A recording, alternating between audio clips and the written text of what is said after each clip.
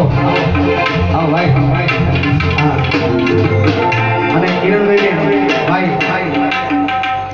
તમને મારા ગળાના સમજો શાંતિથી ખાલી 10 મિનિટ માટે બેસજો પછી આપણે હા કિરણભાઈ આવો અરે બે જણા મોજ કરો તમને મારા ગળાના સમજી દે કોઈ આગા પાછા ના થાય બાપુ એ બાપુ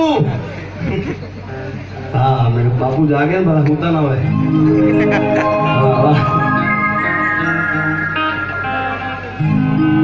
जो